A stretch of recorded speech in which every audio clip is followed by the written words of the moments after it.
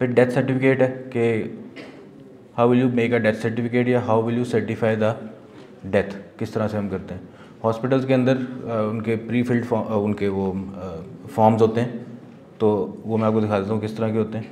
आपने जैसा कल मैंने बताया था, डेथ सर्टिफिकेट जब भी फिल करना है तो आपको क्लियरली आइडिया होना चाहिए कि आपने पेशेंट को देखा हुआ है, आपको उसके हिस्ट्री पता है, क्या उसको हुआ है।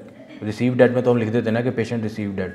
अगर आपने उसका ट्रीटमेंट किया है, हार्ट अटैक के साथ आया है, मायोकार्डियल इन्फार्क्शन के साथ आया है, तो हम उसमें उसका आईवी फ्लूइड देते हैं, उसको इंजेक्शन लगाते हैं स्ट्रेप्टोकाइनेज। तो ये सारी आपको पता होती है। उसके बावजूद फिर उसको अक्सर क्या होता है कि एमआई के साथ आया है पेशेंट, तो फिब्रिलेशन डेवलप हो गई है, हार्ट एकदम से तेज़ चलने लग गया, उसकी वजह से वो फेलियर में चला जाता है। तो ये आपने उसको रिससिटेट किया है, साथ साथ डिफिब्रिलेट किया है, या अगर अनकॉन्शियस हो गया तो आपने उसका सीपीआर किया है। ये सारी चीज़ें आपने मेंशन करनी होती हैं। उसके बाद भी अगर डेथ हो जाती है तो आपको पता है एक प्रोसेस के थ्रू आपने कोशिश की है, लेकिन उसकी डेथ होगी तो आप उसको लीगल डॉक्यूमेंट जो है उसका डेथ सर्टिफिकेट उस पर आप मेंशन करते हो, ठीक है। तो अब कुछ सर्टिफिकेट हॉस्पिटल में, अब मुझे आइडिया नहीं इस वक्त, आप देख लेना यहाँ जाके किस तरह का है, लेकिन मैं हॉस्पिटल का मैं दिखा देता हूँ कि इस तरह से पहले सिंपल से डेथ सर्टिफिकेट पड़े होते थे हॉस्पिटल में। डेट ऑफ एडमिशन, डायग्नोसिस क्या था, कॉज ऑफ डेथ क्या बनी, डेथ डिक्लेयर बाय, ये इस तरह साइन होते हैं, रजिस्टर एंटर होता है, ठीक है। फिर हम उसको हैंड ओवर कर देते हैं पेशेंट को। अब कुछ चेंजिंग होगी क्योंकि ऑनलाइन डाटा सारा रिकॉर्ड होता है, सेव होता है। अब इस तरह से कोई फॉर्म्स आ रहे हैं, 2 डॉक्टर्स 2 नर्सेज और ये वेरीफाई करते हैं उस चीज़ को, ठीक है। फिर उसकी एंट्री होती है कंप्यूटर के अंदर। तो ये सारा अब ऑनलाइन रजिस्टर्ड हो गया है सिस्टम। वर्ल्ड वाइड जो डेथ सर्टिफिकेट है उसको बनाने का एक तरीका इन्होंने बनाया हुआ है, वो आपको पता होना चाहिए कि किस तरह से आपने उसको फिल करना है और क्या क्या उसमें डाटा एंटर करना है आपने। ये मैंने कल बताया था ना, नॉर्मली हम लिख देते हैं कार्डियोपल्मोनरी अरेस्ट या cardiac cause of death, heart attack या कार्डियक। तो इसमें आपको कंफर्म होना चाहिए कि अगर आप लिख रहे हो वो है भी कि नहीं। तो इंटरनेशनल फॉर्मेट जो है डेथ सर्टिफिकेट का, उसको इन्होंने इस तरह से डिवाइड किया कि सबसे पहले बायोडाटा ऑफ द डिजीज्ड, उसके बाद जो आपको नज़र आई हैं चीज़ें, कॉज ऑफ डेथ और उसका टाइम पीरियड। ये इंटरनेशनल फॉर्मेट है जो आपको पता होना चाहिए जब आप फिल कर रहे होते हो।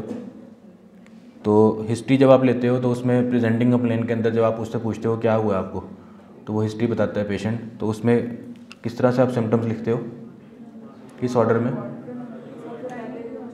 वो रिसेंट वन जो होता है वो हम सबसे ऊपर लिखते हैं, क्रोनोलॉजिकल ऑर्डर जो होता है, ठीक है। फिर उसके बाद उससे पहला, फिर जो सबसे पुराना होता है वो लास्ट में हम लिखते हैं।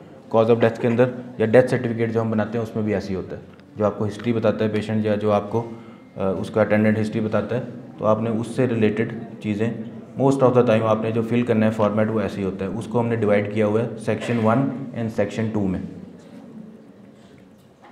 इस तरह से। सेक्शन 1A 1B और 1C में डिजीज़ और condition directly leading to death, जो इमिडिएटली उसकी कॉज ऑफ डेथ बनी है, जो हमें अपेरेंटली लग रही है। फिर एंटीसीडेंट कॉजेज़, कि वो जो इमीडिएट कॉज ऑफ डेथ बनी है वो किस वजह से डेवलप हुई थी पीछे। फॉर एग्जांपल, ये आपकी बुक में से ही दी हुई है और इजी एग्जांपल है। An adult male dying of peritonitis 2 days back. जो पेरिटोनाइटिस उसका बना, पेरिटोनाइटिस क्या होता है, पेरिटोनियल कैविटी के अंदर कंटेंट्स लीक हो जाते हैं और ये बड़ी ही लीथल कंडीशन है, फैटल कंडीशन है। इसमें डेथ्स 99% चांसेस होते हैं डेथ के, ठीक है। Resulting from perforation of duodenum 4 days back, ठीक है। पेरिटोनाइटिस क्यों हुआ है, परफोरेशन ऑफ ड्यूडेनम की वजह से। अब परफोरेशन ऑफ ड्यूडेनम क्यों हुई है, उसको क्रॉनिकली अल्सर था, बनता था, मेडिसिन खा लेता था, बनता था, मेडिसिन खा लेता था। तो 6 महीने पहले उसको अल्सर डेवलप हुआ था, वो मेडिसिन लेता रहा और साथ उसको एपिथेलियम ऑफ चीक था लास्ट 3 मंथ से। तो अगर इस तरह का कोई केस आ जाए सिनेरियो, तो उसको कहते हैं आपको कि फिल करें international format of death certificate में। तो आपको पता होना चाहिए कि मोस्ट इमीडिएट कॉज जो है पेरिटोनाइटिस है, वो आप लिखोगे 2 days बैक। फिर किस वजह से हुई थी, ड्यूडेनम के परफोरेशन की वजह से, जो 4 दिन पहले हुई थी। फिर 1C में क्या आ जाएगा कि वो अल्सर बना था उसको 6 महीने पहले, जिसके लिए वो मेडिसिन खा रहा था, वो तीसरे नंबर पे आ जाएगा। फिर ये डायरेक्टली रिलेटेड तो नहीं है, लेकिन उसको ये भी कोई साथ चल रहा था कि उसको कोई स्किन की डिजीज़ चल रही थी या कोई उसको डायबिटीज़ थी, तो वो आप लिख सकते हो साथ इसको सेक्शन 2 के अंदर कि it is not directly related to death, लेकिन उसको चल रहा था कंडीशन ये, ठीक है। तो ये बेसिक इसका फॉर्मेट होता है जो हमें फॉलो करना चाहिए। लेकिन हमारे हॉस्पिटल्स के अंदर जो मैंने आपको दिखाया किस तरह सर्टिफिकेट हमें मिलते हैं, उसमें अब इन्होंने ज़रा थोड़ी सी चेंजिंग कर दी है, वरना पहले ये होता था कॉज ऑफ डेथ, तो आप सिंपल CVA हम लिख देते थे। लेकिन ये फॉर्मेट आपको पता होना चाहिए, आप जब उसको डिक्लेयर कर रहे हो डेथ को, तो ये आपके जहन में होना चाहिए कि ये आपको हिस्ट्री पता है और आपको कॉज ऑफ डेथ उसकी अपेरेंटली पता होनी चाहिए कि क्या है, किस वजह से हुआ है। ये सर्जिकल केसेस में, सर्जरी में बहुत सारे इस तरह के केस आते हैं ये वाले, ठीक है। तो अगर आपको सिनेरियो आ जाए एग्ज़ाम के लिए, तो आपको डेथ सर्टिफिकेट फिल करें या इसको इंटरनेशनल फॉर्मेट के ऊपर आप लिखें, तो इस तरह से आपको लिखना आना चाहिए, बनाना आना चाहिए। ये बड़ा इम्पोर्टेंट है आपके एग्ज़ाम के लिहाज से। समझ आ गया?